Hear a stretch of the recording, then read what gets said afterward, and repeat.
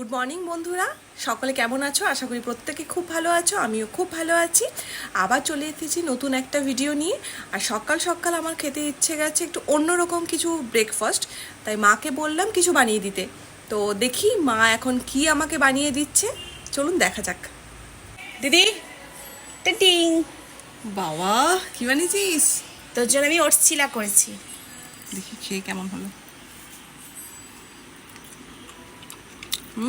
ভালো হয়েছে? দারুণ করেছিস তো। Thank you. এটা সকালে ব্রেকফাস্ট, যারা ডায়েটও করো, আমার মনে হয় এটা বেস্ট, দুর্দান্ত হয়েছে এবং খুবই সুন্দর খেতে। আর প্রচন্ড অল্প তেলেও করেছি, কারণ বেশি তেল তো ভালো লাগে না। দারুণ হয়েছে, দারুণ।